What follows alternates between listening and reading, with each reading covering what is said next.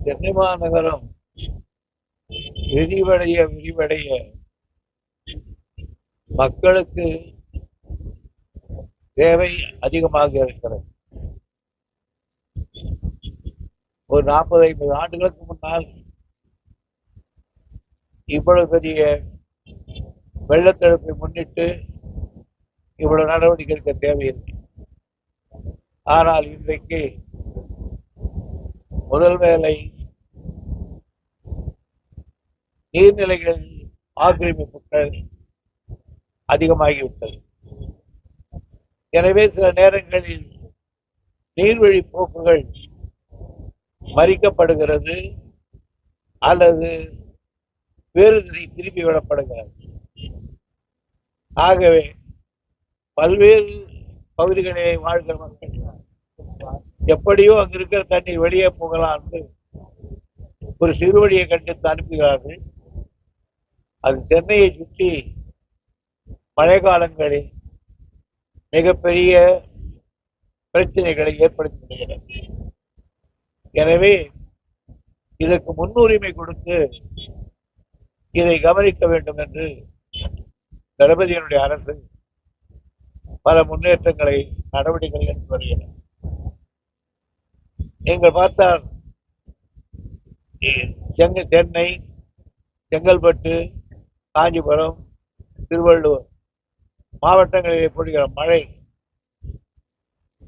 அவைகளை முன்னெச்சரிக்கையாக நிரந்தர தடுப்பு பணிகளை மேற்கொள்ள நீர்வளத்துறை ஆண்டுதோறும் தன் பணியை செவ்வரமே செய்து வருகிறது. பருவமழை முன்னெச்சரிக்கை பணிகளை அது குறித்து முன்னெச்சரிக்கை எடுப்பதற்காக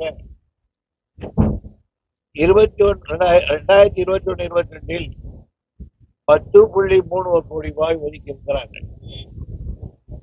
2022-23 15.60 கோடி ஒதுக்கப்பட்டிருக்கிறது. 2023-24 24.64 கோடி ஒதுக்கப்பட்டிருக்கிறது. 2024-25 30.50 கோடி ஒதுக்கப்பட்டிருக்கிறது. இந்த 4 ஆண்டுகளில் சுமார் 81 கோடி ஒதுக்கப்பட்டு பருவமழை முன்னெச்சரிக்கை நடவடிக்கைகள் மேற்கொண்டு வருகிறார். எனவே இந்த ஆண்டு பருவமழை குறித்து முன்னெச்சரிக்கை பணிகளை மேற்கொள்வதற்காக சென்ற ஆண்டு 30.50 கோடி, இந்த ஆண்டு 35 கோடி ஒதுக்கப்பட்டிருக்கிறது.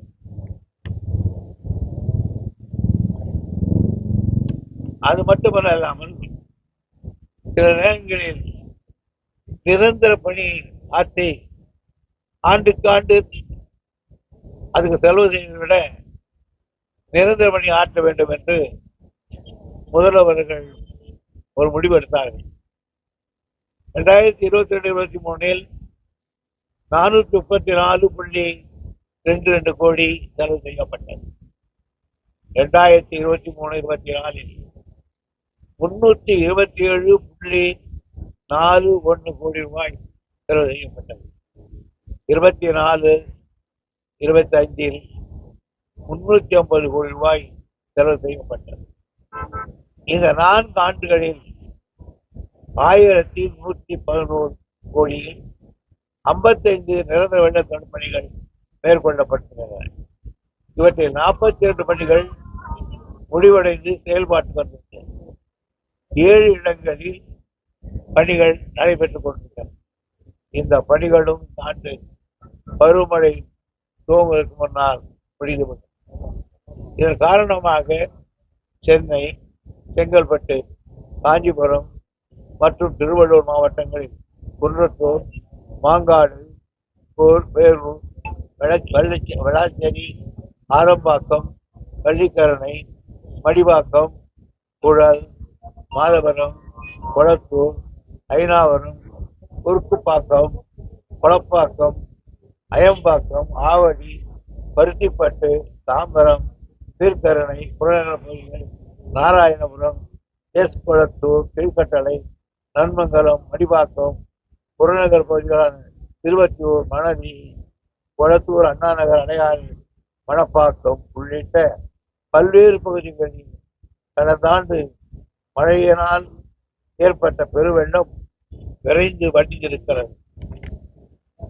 இதன் தொடர்ச்சியாக இந்த ஆண்டு நிரந்தர வெள்ளப்பணிகளை பள்ளிகளுக்கென மாண்பு 338 கோடி ரூபாய் ஒதுக்கியிருக்கிறார்.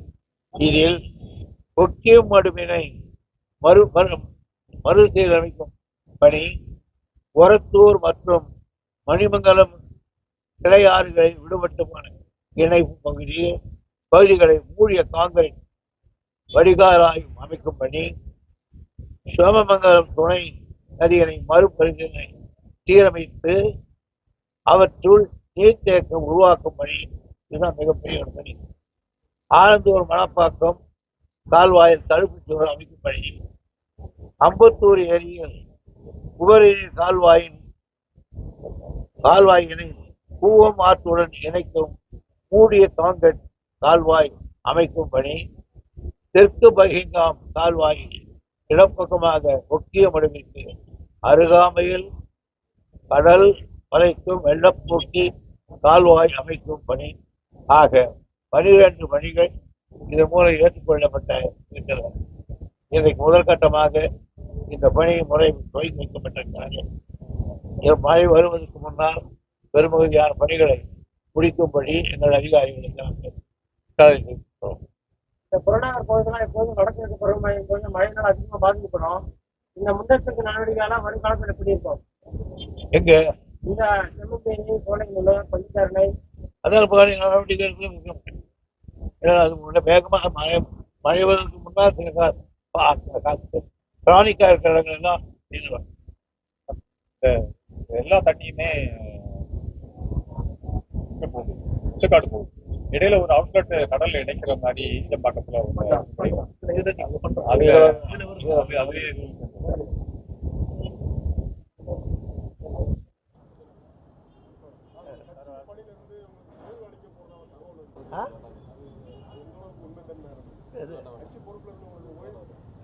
கேட்க தமிழ்நாட்டுடைய பத்திரிகைகள் ரொம்ப அறியான் பெரிய எடுத்துருக்காங்க.